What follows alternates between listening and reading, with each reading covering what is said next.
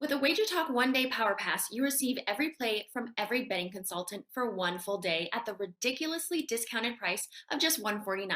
What's better than spending the day watching and following a great slate of games? Watching, following, and winning those games. Get every WagerTalk expert and every game they release for that day.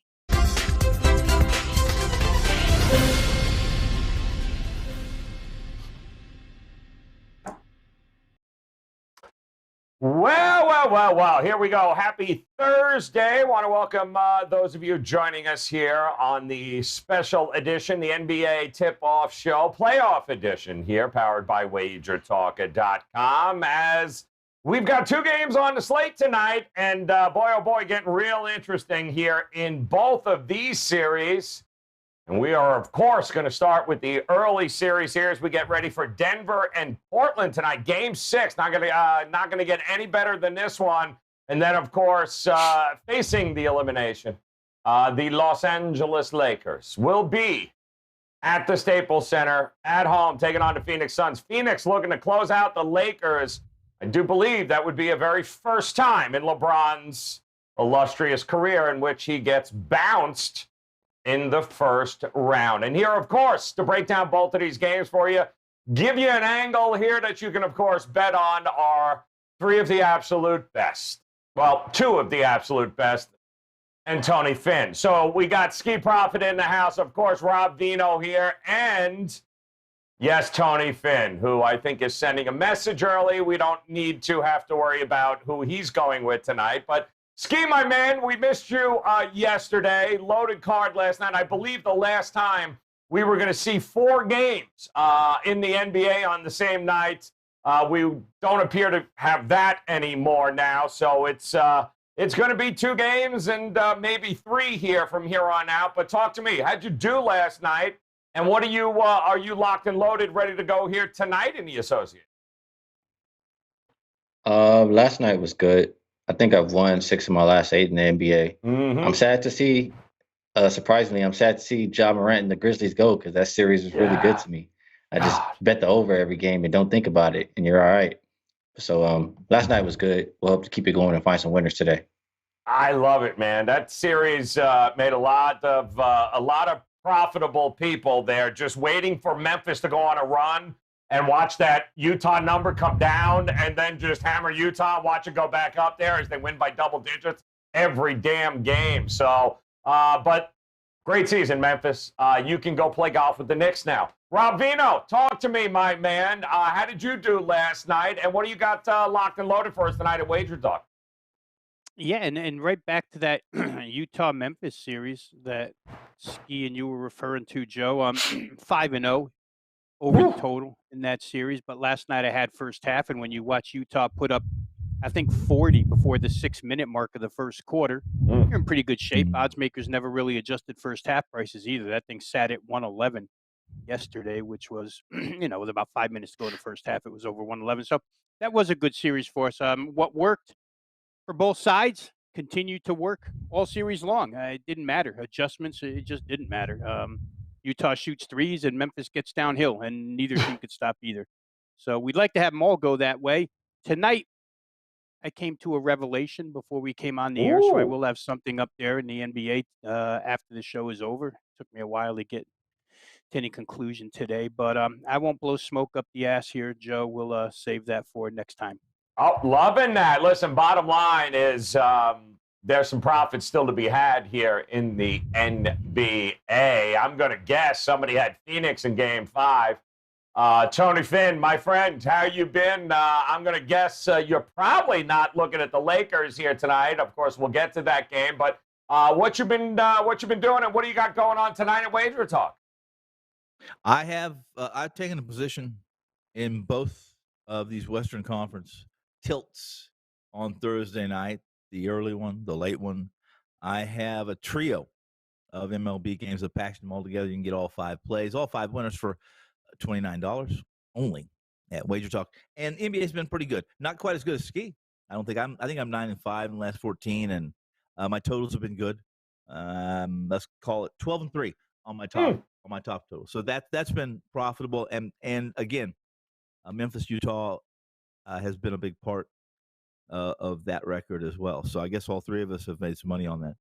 Yeah, no kidding. I'm going to guess the Lakers weren't part of your repertoire through that 9-5 record. But hey, listen, we're down to 2 guys here. You heard the best bets locked and loaded at WagerTalk.com, and it is time we head to Portland, guys. And, of course, it would not be Portland-Denver without an opening NBA angle of the day, courtesy of our good friend John Ryan. And John Ryan over at SportsMemo.com says that we want to bet on the under in games with a posted total of at least 220 in games that are played after game number 41, including the playoffs. So we are there. And if the home team is coming off a game scoring 130 or more points, well, if both teams are averaging at least 105 or more points per game on the season, then we are looking at the under here tonight, guys. 34-16, under for 68% over the last 5 seasons. Denver, Portland. I don't know if anybody here on the panel is going to want to sweat out an under, but we did have this game open up at a big number. 5, it's 4 and 5, and it's 5 pretty much across the board right now. I'm seeing 227, 228, somewhere in that ballpark right now. So the totals are hovering right around that, Ski. The number of 5 is interesting, to say the least. But last time you were on the show, you had mentioned it. Teddy had mentioned it. You feel like you're watching the better team, and that better team is the Trailblazers. Big loss there. They could have stole one on the road. They didn't get it. What do you think they do tonight in a bounce-back situation? Yeah, you just need somebody besides Damian Lillard to do a little something, right? Just make a dunk. Just not step out of bounds, maybe. Mm-hmm. Yep. But I disagree with John Ryan. I think this has been just like the Utah and Memphis series, like 2 teams that can't stop what the other one wants to do. And they don't play extremely fast, but really efficient on offense, and it just matches up really well. You look at the 5 games that have been played, 4 of them have went over 232, and we have a total of 227 and a half. I don't know. It just seems like the odds makers are slow to move this one up, and I'll continue to look over. Also, if I'm going to look at a player prop, like I say this every game, it's pretty square, but I mean, matchups just favor them. Jokic, his points, he scored, I believe, 30 or more every single game. Lillard, probably at this point with his points at 34.5, will look more towards 3-pointers because he's getting a lot of 3-point attempts. Like I've seen him shoot 16, 17. So I think he can make 5 in a game that win or go home for Portland. So I like the over, and I lean towards betting on Jokic and Lillard. Just to put that in perspective here, Dame went 6 of 8 shooting in both overtime periods. The rest of the team, Rob Vino, was 1 of 19. So anybody, like, join in the fun. Scoring baskets is a lot of fun, Portland. Unfortunately, nobody did there. Denver was able to get the win. Now they have a little bit of leverage here as they are up trying to close out Portland tonight. Is there any value, do you think, here in backing Denver to get the job done tonight? Well, I'm sure their head coach is going to remind them of what happened in this place in Game 4, right? He reminded them after Game 4, and they came out and responded in Game 5, but they hung on for dear life, right? I mean, in Game 4, I played Denver first half, just situationally based off of what head coach Michael Malone had said about his team. And, they build a 23-point lead in the second quarter, and by halftime, they're only winning by 3. You hang on for dear life to win that bet, only laying 1. But I think the same goes for tonight, Joe. And it's 2 games in a row where I've done it, and I'll probably try it again. In that Game 4, I had Portland first half because their back was against the wall, and they win that first half 58-47. So to me, you get Portland in that 2.5, 3-point range first half, come out energized, fired up. And Denver was a little slow to respond in Game 4. I think that same thing could happen here. I'll say this, where the total is concerned, and it's like these games, these series that are supposed to go over because they're featuring offensive sides, they do go over. and the games that have featured defensive teams have stayed under. So it's pretty elementary at this point. The first half of these games, 4 of the 5 have gone over the total, and tonight's 116. The 4 that have gone over have all gone over 116. They've gone over 119 plus. So you can add a lot of first half angles to this. To me, I think the one I would trust the most is Portland first half. I think that again, better team. And remember, Ski was talking about somebody else needs to step up for the Portland Trail Blazers. And in game 4, that somebody was Norman Powell, who led the team in scoring. So when you get back on your home floor, role players generally do their thing. So I would think that he gets a little help tonight. Blazers 5-1 against the number in their last 6 following a loss like that, especially an ATS loss like that. 8-3 in their last 11 games as a favorite against the number. So, Tony, Finn, how do you approach this? Are you expecting a ton of points here tonight? Is just the over and forget about it, or is the side the way you're looking?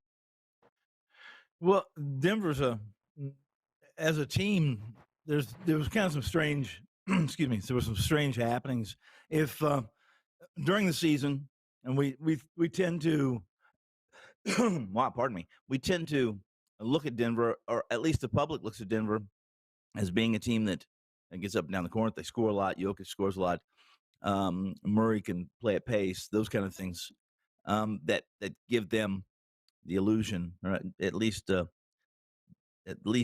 they appear to be a team that can score, or that does score. But really, during the regular season, before Murray was injured, Denver ranked actually 27th in offensive efficiency. They weren't the best scoring team.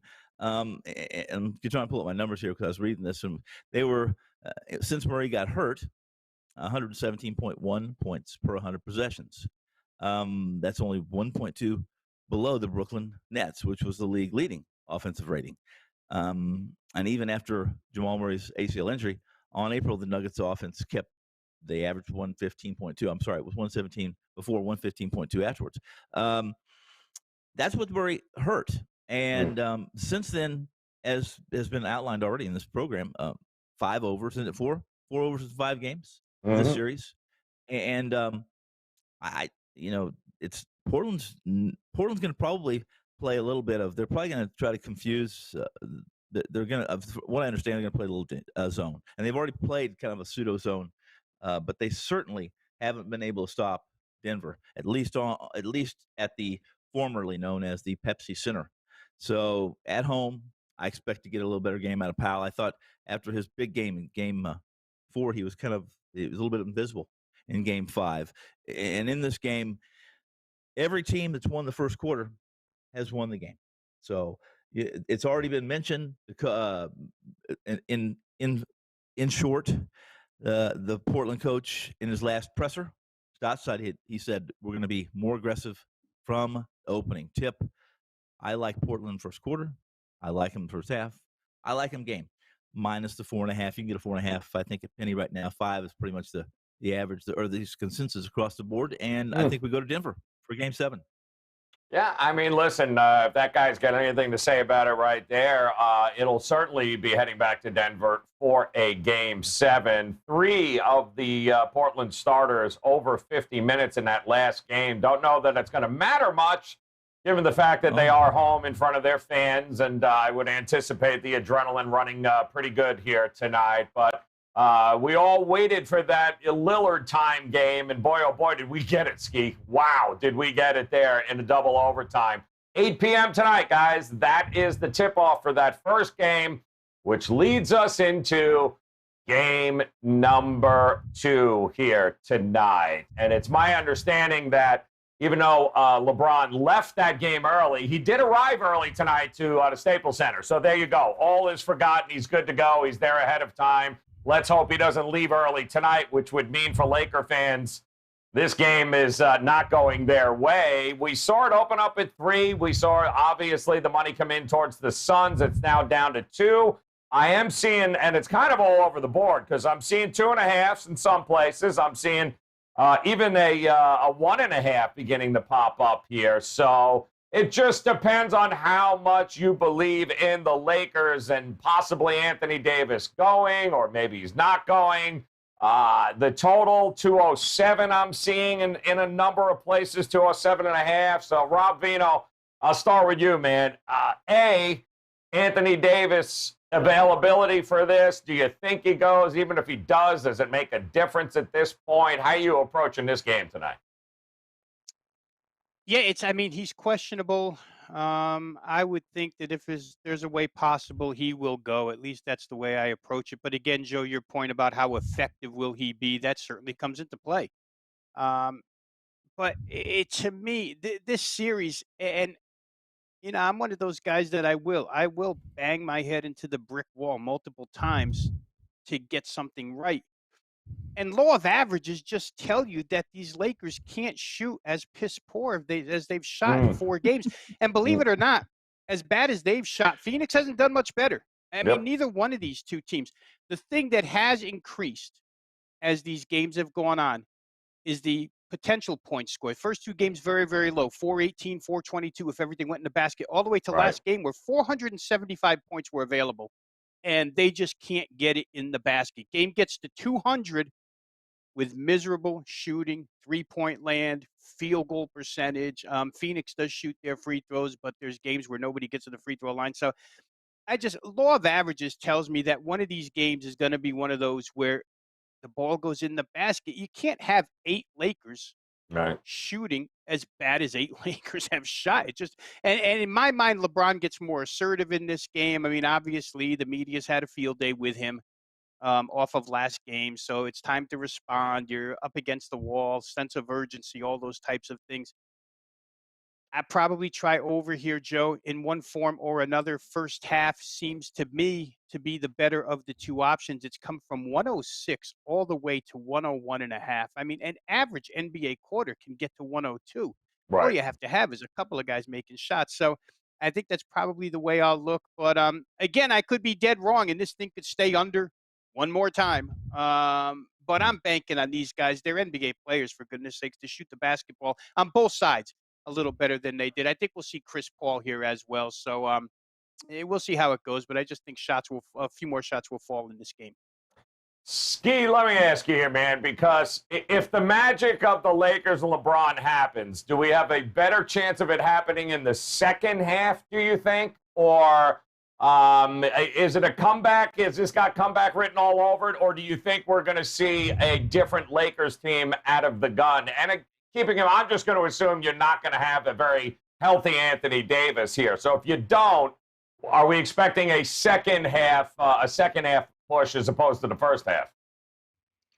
Well, the Lakers, just off the top of my head, haven't been a very good first quarter team.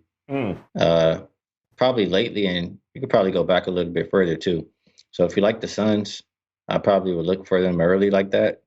But I don't know. I think there's a lot of different ways I feel about this game. I agree with Rob that guys are not going to shoot that poor for that long. I mean, I look at the last game. Guys were getting open shots. Some of them they're hesitating on. Some of them they're just missing. And Rob also mentioned in the previous game how role players are going to play better at home. So I think we'll get a better shooting performance from the rest of the guys surrounding LeBron tonight. And, I mean, in the beginning of the game, last game, I saw LeBron ready to bring it and turn it on for about a couple minutes. And eventually he shut it down. But in my eyes, when I watched the game, the reason he shut it down is because he wasn't getting favorable foul calls and the other side was getting every single call. So I think we'll see something a little bit different tonight. I mean, a lot of people don't like to look at it this way, but I don't think the NBA wants this series over in 6 games. So I think we'll see another game in Phoenix. And I don't want to back Chris Paul in games 6 and 7. He has a very poor track record. And LeBron just the opposite, 20-3 straight up since 2012 after losing the game. So I'll be with the guy who's been proven, and I think they'll play a lot better tonight.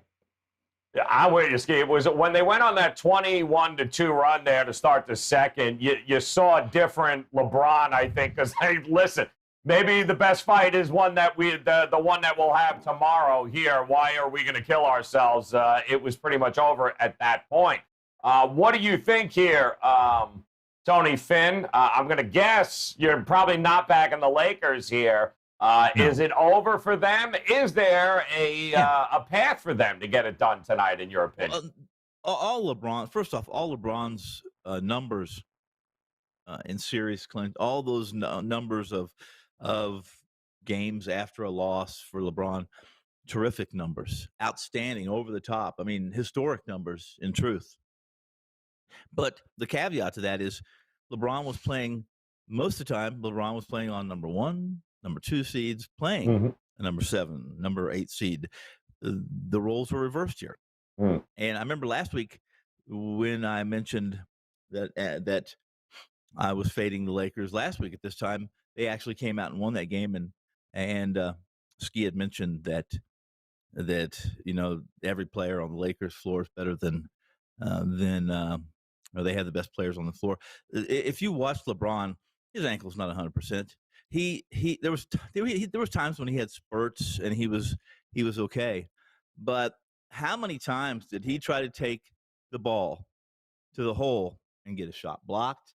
Looked like he didn't get off the floor. Didn't get around the player like he typically does. Wasn't going downhill. And Sean Marks, when he went after Harden, there was a lot of questions. Why are they going after Harden? They already have 2 scores. They need somebody to help defensively. Sean Marks has this vision that I agree with, and the vision is that this is no longer a deliberate league. You don't play the kind of pace or style of basketball that the Lakers play. It's hard to watch. It's not quite the Knicks, but it's right there with the Knicks, and it's hard to watch. I prefer to watch the Nets. I prefer to see them get up down the court. I prefer to see scoring, and that's where the NBA has gone to. That's where in the last 3 years, look at the totals. What's the average scoring? The skills of these players beyond from distance. This is not Earl Monroe.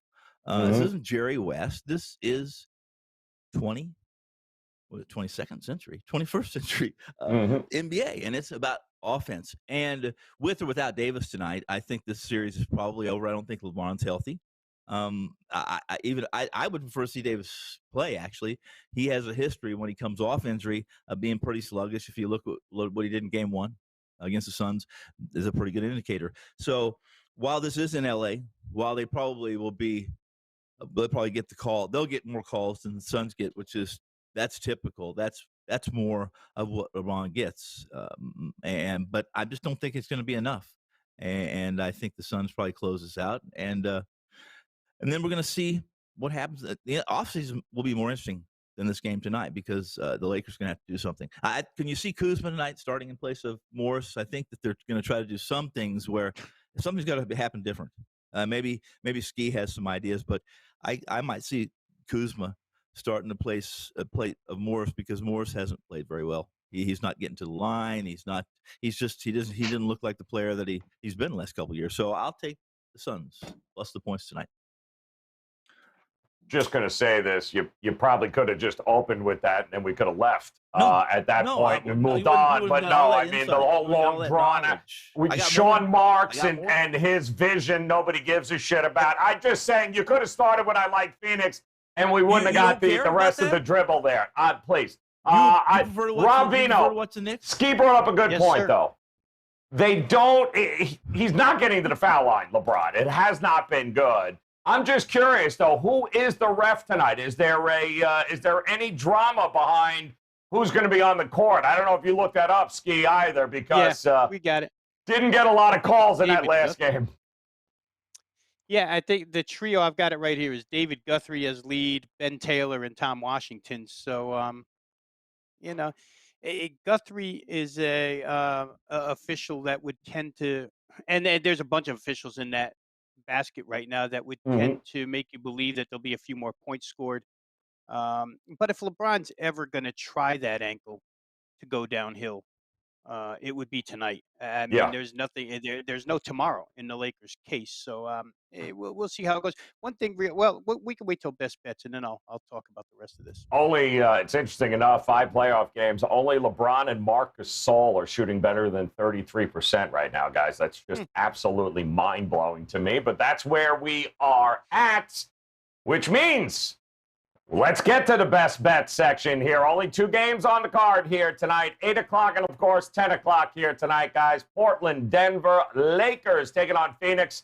Elimination games for both the Lakers and the Portland Trailblazers. So, Ski, we are going to come up to you, my friend. Talk to me here. A lot of different ways to go now. I think the prop market is very interesting here tonight.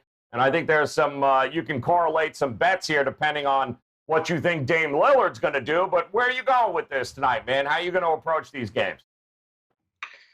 Yeah, I didn't mention maybe Kuzma or Drummond. You want to play Kuzma points, Drummond rebounds, something like that. Yeah, I wanted to mention, before I forget, I saw Schroeder remove Lakers point guard from his bio. So hopefully that means that he's not starting, because then I'll be happy. If he is starting and I see that, then I'm not going to be too excited about it. What Tony said about offense versus defense, I mean, didn't we just hear that last year? And who was the best defensive team and who won? I'm just saying. I'm gonna go. If I'm going down, I'm going down with the ship. I wouldn't play it today, like minus the 135 or whatever the case is. But I still see a way where the Lakers can win this series, especially if they win this game and get a healthier Davis back in Game 7. So my bet for today would be Lakers to win the series plus 250. That's the way that I'll play it if I want to bet on the Lakers at all today. All right. That's the way. It's a hell of a way to look at it there. If you're going to go big, go home, Rob Vino. Talk to us here, my man. How are you going to approach these games tonight? What are you looking at? Well, I think I'll go back to what I said about the Lakers-Phoenix game, Joe, and try over 101.5 in the first half, just because, I mean, the number has been so grossly adjusted because of these injuries to Paul and Davis. I think the preference in my case would be maybe no Anthony Davis if I want to play over, because I think that when you watch the game, the previous game, the Lakers did start out with fairly good tempo. They were playing a little bit faster than they had played. And without Anthony Davis, you have to get some cheap points in transition. And I think they tried to do that early on. The first quarter was pretty high scoring. Then the second quarter, they put up 10, and the whole thing went to hell in a handbasket. But I think tonight, 101.5 probably gets there over the total. Again, if Kyle Kuzma starts, Tony Finn, I hope to God he makes a shot, because I don't have enough time to read his numbers in this series, but he's dreadful in this series in all aspects. Hopefully he makes a few tonight. I'm going to give it a shot. Law of averages, Lakers-Phoenix over 101.5 first half. Oh, go over 101.5 in that first half. I do like that angle for sure. So, Tony Finn, it is up to you. Sean Marks aside, since he's really not playing in any of these games. Talk to us. What's your best bet tonight? Where are you going? Well, Jerry West isn't playing any of these games either. There's a damn good chance that Anthony Davis is not playing any of these games either tonight, but we're talking about him. Suns plus the points, so we don't bore anybody. Bam! That's what I'm talking about, Finn. That's the best you've sounded in 3 years. Outstanding. See that? Get to the point. Good to go. By the way, is Caldwell Pope playing? Did they say yet? Anybody here? If he's game time decision. He played last game. Yeah, he'll play. Yeah, I mean, but him and Schroeder they didn't score, did they? Either one of them. Interesting. So, all right, we're going to see when you put it all together here, guys. Either we've got 2 Game 7s on our hands, or we are moving on to the next round here. We'll see how it goes tonight. Our best bet recap. Ski. Listen, it ain't broke, don't fix it, man. Lakers, you are the champs until somebody beats them.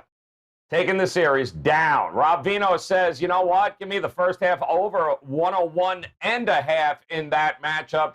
Expect there to be some points here. And Tony Finn, despite Sean Marks calling and saying that, how dare you, it is still going to be Suns 2.5. So go with the 2.5 points there. Take it, flying in the face of what Ski thinks here. And, of course, John Ryan, our good friend at Sports Memo, he's going to look at the Nuggets Trailblazers and say, not a lot of points tonight. I can't imagine sitting and sweating that game out. But you know what? Good for you, John Ryan, over at sportsmemo.com. More importantly, best bets are locked and loaded. Tony Finn, ready to go tonight. He told you about that 3-pack at WagerTalk.com. He's got his games in there ready to go, including an NBA game that he's got coming up. He will post there shortly. You got Rob Vino locked and loaded, ready to go, as is Ski profit, guys. No reason not to make it a profitable Thursday. A lot going on here tonight in the world of sports. Only 2 NBA games, a lot of Major League Baseball, some games underway. WNBA also, don't forget about ski and that league, because nobody has been more profitable here over the last couple of years than him in the WNBA. So that'll do it here, guys. Make sure you hit that bell in the upper right-hand corner. Join us again tomorrow as we take a look at, I can't believe it, Dallas and the Clippers tomorrow. Plus, we'll take a look towards the weekend, depending on what happens here tonight. Either way, series prices, if there is an angle, we'll help you figure it out. So best of luck with your plays here tonight, guys. Come back and join us again tomorrow. Good luck.